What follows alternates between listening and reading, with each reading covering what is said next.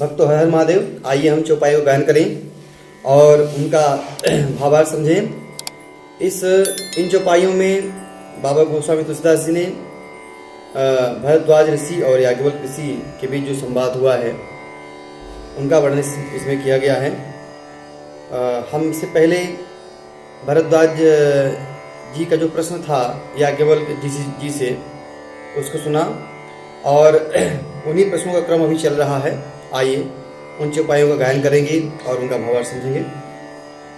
जैसे मिटे मोर भ्रम भारी, कहूँ सुकथा नाथ विस्तारी।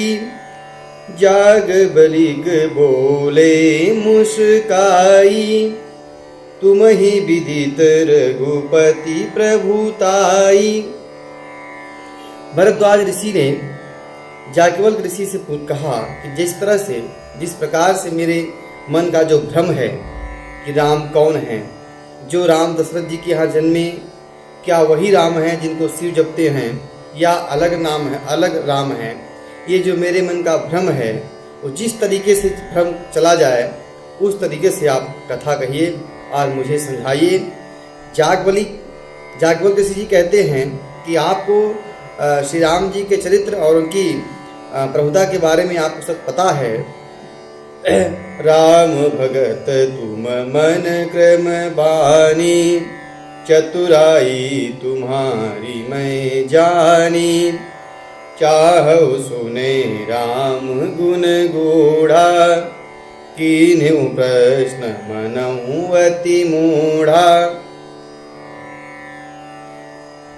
याज्ञवल्क्य जी कहते हैं कि आप मन क्रम वचन से राम जी के भक्त हैं, लेकिन आपकी चतुराई को मैं समझ गया। आप भगवान श्री राम के चरित्र को सुनना चाहते हैं, इसलिए इस तरह से यह गूढ़ प्रश्न कहा है, इसलिए प्रश्न कहा है। चाहु सुने राम गुण गूढ़ा, कीन्हु प्रश्न मनहु अति मूढ़ा। आपने जानबूझकर मूढ़ बनकर इस तरह का प्रश्न किया है ताकि आपको श्री राम जी के चरित्र को सुनने का अवसर मिल सके। भक्तों संतों के अंदर एक बात यह देखी गई है कि जिस कथा को वो जानते रहते हैं, जिस कथा के बारे में उन्हें जानकारी है और उस कथा को सुनने के लिए वह सामने वाले साधुओं से, महात्माओं से सवाल कर देते हैं, क्योंकि इससे एक भगवत चर्चा होती है। तो याज्ञवल्क्य जी कहने का मतलब यही है कि आप सब जानते हैं राम जी के बारे में, लेकिन उनके भक्ति में आप कुछ विशेष रुचि रखते हैं, इसलिए कुछ नई चीज़ जानने के लिए इस तरह से आपने प्रश्न किया है।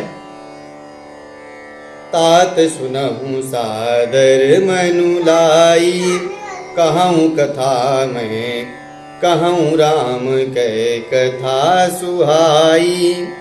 महामोह मही से सुविशाला, राम कथा कालिका कराला।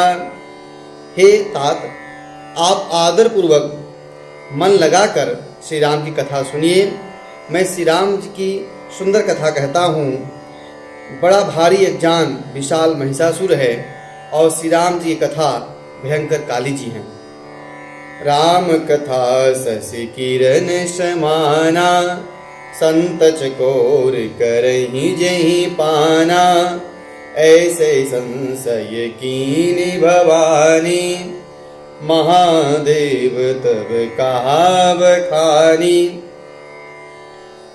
ये जो राम जी की कथा है ये चंद्रमा की किरण के समान है और जो संत हैं वह चकोर के समान है, क्योंकि चकोर पक्षी होता है वह चंद्रमा की ओर अनवरत निहारता रहता है। तो ठीक जो संत होते हैं वह राम कथा रूपी सरिता को हमेशा पान करते रहते हैं।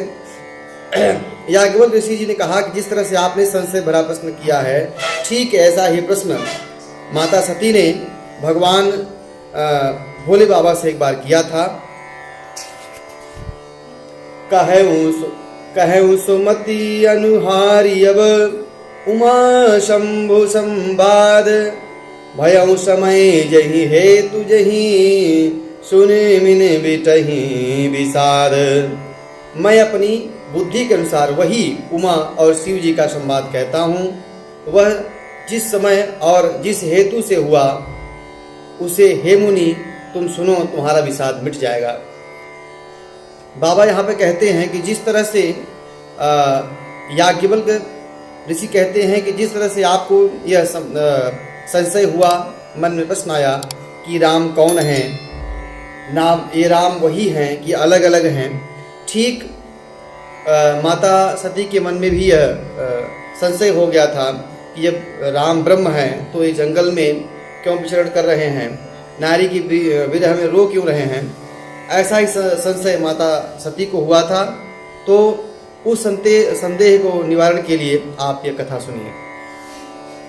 कहूँ सोमति अनुहारी अब उमा शंभु संवाद, भयउ समय जही हेतु जही सुनि मुनि बिटही विषाद। एक बार त्रेता जुग माही, शंभु गए कुंभज ऋषि पाही। संग सती जग जननी भवानी, पूजे ऋषि अखिलेश्वर जानी। एक बार त्रेता युग में भगवान शिव कुंभज ऋषि के पास गए, साथ में माता सती उनके साथ में थी, और कुंभज ऋषि उनको अपने यहाँ आया देख और जगत का ईश्वर जानकर भगवान शिव की पूजा अर्चना किए। राम कथा मुनि बर जब खानी, सुनि महेश परम सुख मानी। ऋषि पूछी हरि भगति सुहाई, कही शंभु अधिकारी पाई। तब मुनिवर अगस्त जी ने राम कथा विस्तार से कही, जिसको महेश्वर ने परम सुख मानकर सुना। भगवान शिव भगवान राम के परम भक्त हैं, बहुत बड़े भक्त हैं, उनके बराबर वैष्णव तो कोई है ही नहीं। बस हमेशा भगवान शिव राम जी की कथा में लीन रहते हैं। कथा से उनको अगर हटे तो भगवान राम के नाम में लीन हो जाते हैं। तो मुनि अगस्त जी ने राम कथा विस्तार पूर्वक कही, जिसे भगवान शिव ने परम आनंद पूर्वक उस कथा को सुना। फिर ऋषि ने शिव जी से सुंदर हरि भक्ति पूछी और शिव जी ने अधिकारी जानकर उन्हें भगवान राम की भक्ति का निरूपण किया, उन्हें भक्ति प्रदान की। कहत सुनत रघुपति गुण गाथा, कछु दिन रहे कछु दिन तहाँ रहे गिरिनाथा। सुनि मुनिसन विदा मांगी पुरारी, चले भवन संग दक्ष कुमारी। भगवान श्री राम के गुणों की कथाएं सुनते कहते बहुत दिनों तक भगवान शिव वहाँ पे रहे। फिर उन्होंने मुनियों से विदा मांग कर दक्ष कुमारी माता सती के साथ कैलाश की ओर चले। तेहि अवसर भंजन मही भारा, हरि रघुवंश लीन अवतारा। पिता बचन तजिताशु, पिता बचन तजि राजू दासी। दंडक बन विचरत अविनाशी। उस समय पृथ्वी का भार उतारने के लिए भगवान श्री राम धरती पर अवतार ले चुके थे और अपने पिता की आज्ञा को मानकर वह राजपाट छोड़कर जंगल में आ गए थे और सन्यासियों का रूप बनाकर वह जंगल में तपस्या कर रहे थे, विचरण कर रहे थे। हृदय विचारत जात हर, कहीं विधि दर्शन होई। गुप्त रूप अवतरे प्रभु, गए जानी सब कोई।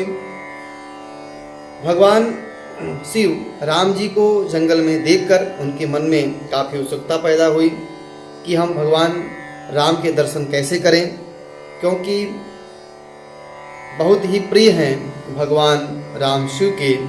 तो दर्शन की बड़ी अभिलाषा हुई, लेकिन मन में एक डर था कि कहीं हम उनसे मिलने उनका दर्शन करने गए तो जग में लोग जान न जाएं कि भगवान हरि राम के रूप में अवतार लिए हैं, क्योंकि भगवान राम गुप्त रूप में अवतार लिए थे।